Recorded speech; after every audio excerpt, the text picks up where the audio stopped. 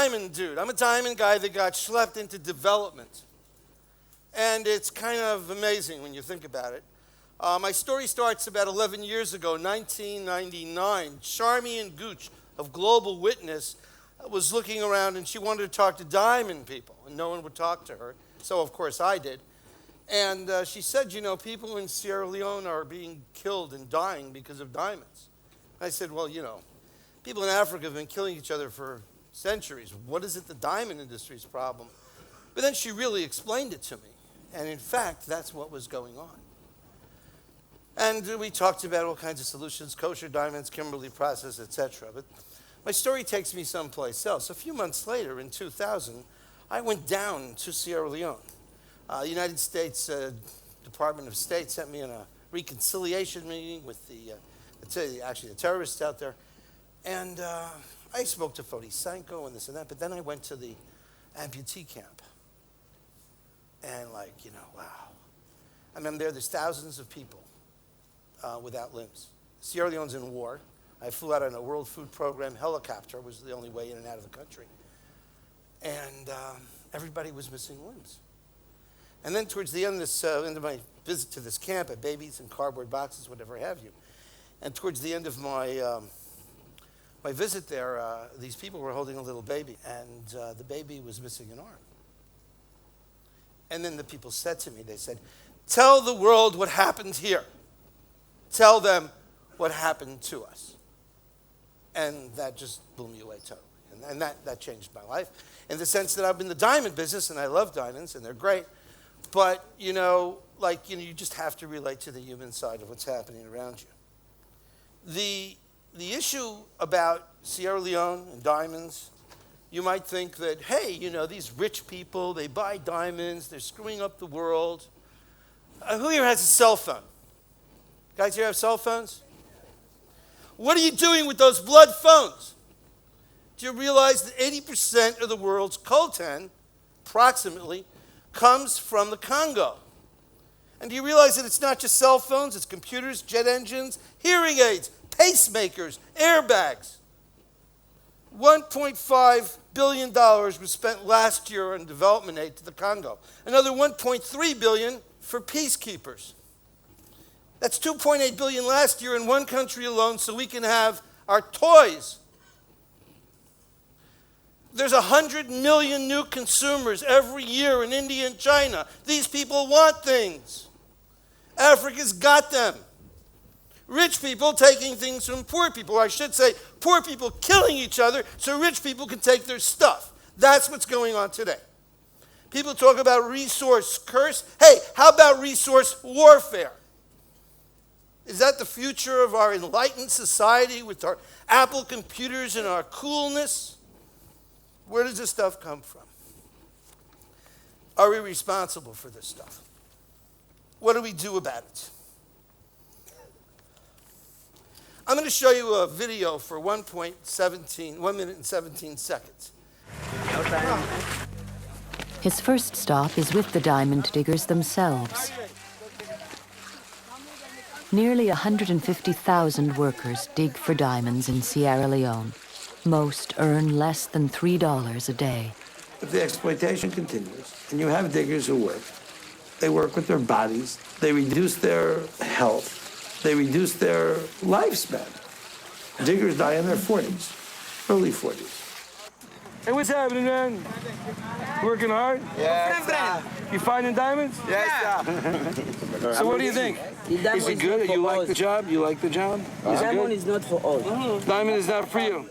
This mineral you find, it is very important, maybe in your own country or first world. It is very important. But we don't know. We just finding this mineral. Every day digging. The problem, money. And job, good job. Like factory, if you have factory in Sierra Leone, we can live. We are hard workers. But we don't have factory. I'm tired, but I can't rest. Now, Shake Shake, that's the name of the digger that you just saw on the screen. Shake Shake has it right. By the way, did Shake Shake ask for charity? They asked for a bunch of NGOs in white Jeeps working for $350 a day. Did Sheikh ask for government funding from USAID programs to a bunch of ministers who God knows what they do with the money?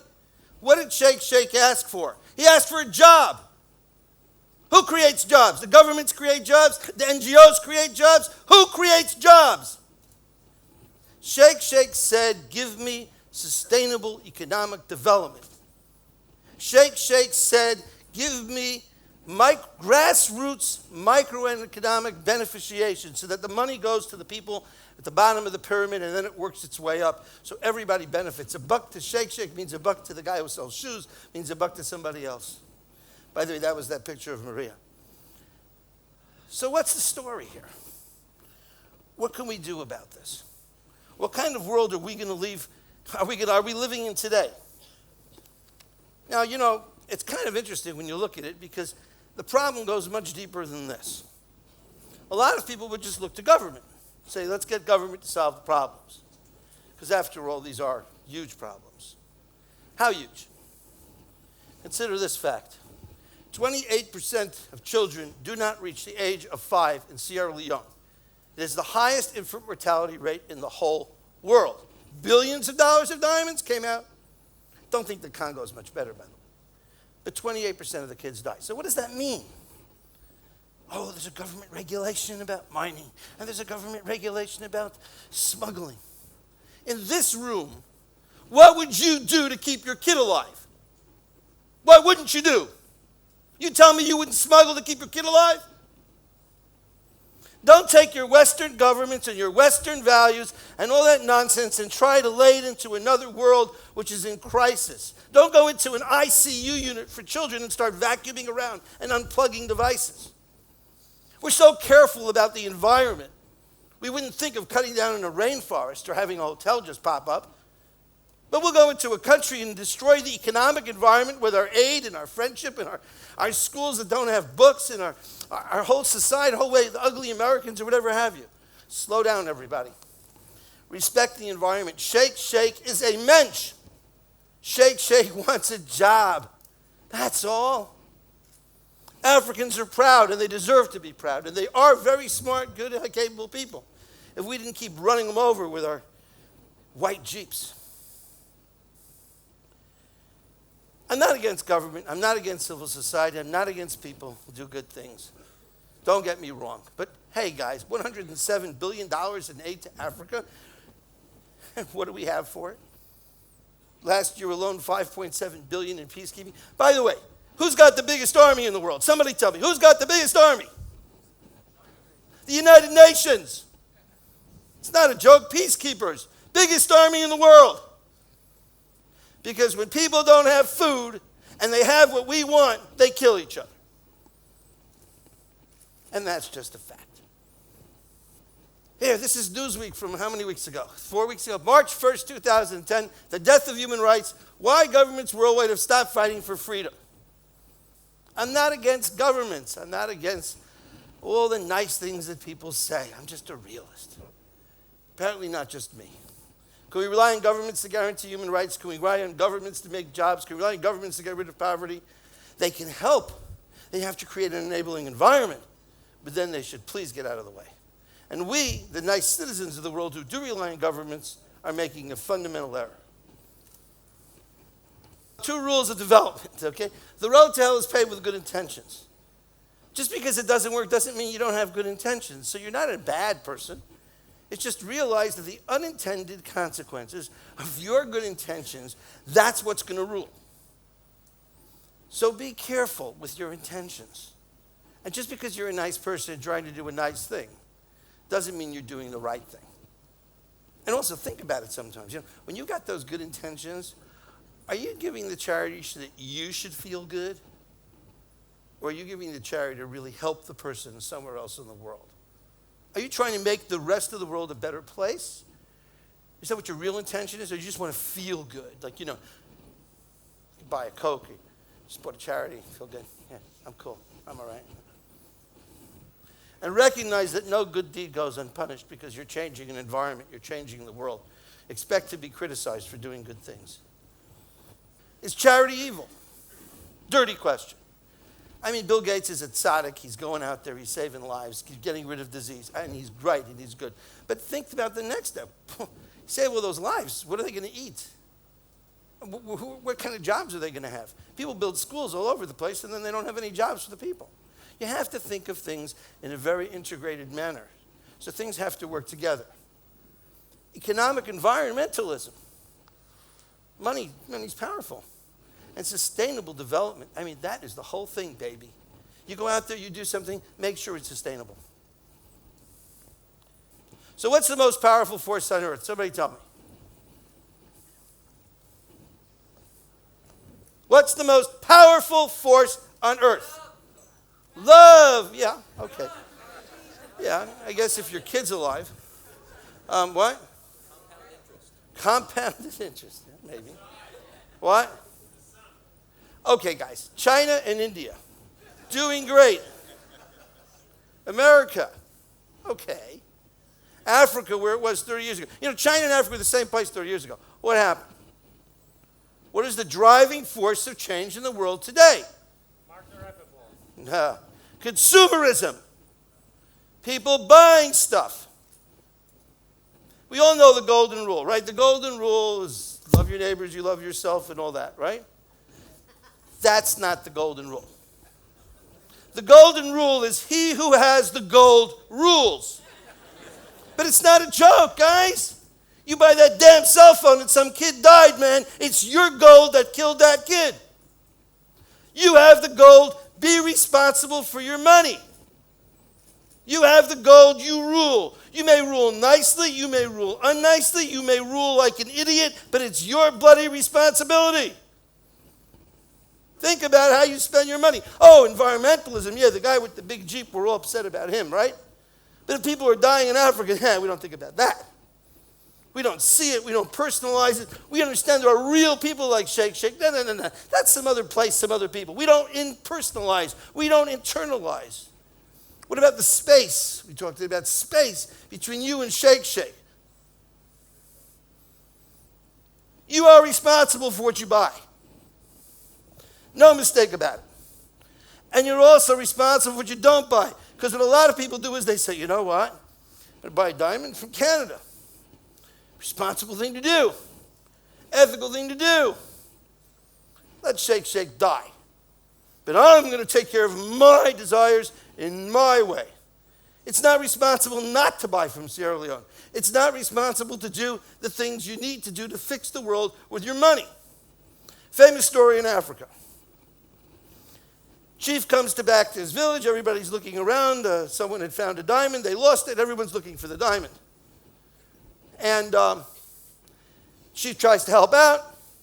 Finally, he says, bring me the person that lost the diamond. The digger shows up. Where did you lose the diamond? He says, I lost the diamond in that cave over there. So the chief says, well, why is everybody looking out here? And they all told the chief, because here it's light. Here it's light. We buy, we do where it's light, where it's easy. Our aid programs, our charity. We're afraid to go into the real cave. We're afraid to go into the real problem. We're afraid to confront the reality. So we make things look good with all our programs. Now, I'm not saying there aren't great people like I mentioned Gates or the Kumbaya singers and all those people doing red products. All that is good. That's good. God bless them. I'm not against anybody. But let's get some people into the cave. Let's go to the root of the real problems. What is fair trade? 2 minutes or less. Fair wages. Community benefit, because taxes don't work in a country without borders. If you tax the diamonds, they just bring them across the border. Do no harm. Child labor, environmental damage, you name it. Unsafe working conditions. Monitoring and branding. How can you accomplish this? You can accomplish this by paying more for your diamonds in Sierra Leone, paying more for your coltrane in the Congo, paying more for products, and then selling those products with a brand that says, this is a product that makes the world a better place. Because there are consumers that will pay that much more for such a branded product. Would you buy Nike sneakers made with child labor? No, America voted. Okay, so we pay a couple dollars more for those sneakers. But that has to be not just fair trade coffee and chocolate, fair trade cell phones, fair trade jet engines. The way in which the West has to deal with the rest of the world, the way in which the rich has to deal with the poor, has to be socially responsible, built right into it. There's a reason God put those diamonds among the poorest people in the world and asked the richest people in the world to buy them. There's a reason for that. Kind of global, social justice. So where does it take us? Think about it. When you buy something, you're exercising economic power. Think about the people behind the product. I'll tell you a secret about the diamond business. The secret of the diamond business is that we don't sell diamonds. We sell the idea behind the product. The woman jumping up and down, it's not just because she got a diamond. It's because she got a man. The diamond is a symbol of that committed relationship. Once he gives her the diamond, it's over, baby. Her girlfriends say, you got him. He can give her a watch, he can give her a coat. Generous guy. He gives her a diamond. That's it. He's done. He knows it. She knows it. Her friends know it. That's it. So you sell the idea behind the product. How powerful is the idea of making the world a better place? How powerful is the idea that when a guy gives his girlfriend something, this is a gift, that not only is the diamond valuable because she's valuable to him, and not only is the diamond something she's going to look at every day for the rest of her life, but the diamond has something nothing else has: spiritual sparkle. Thank you.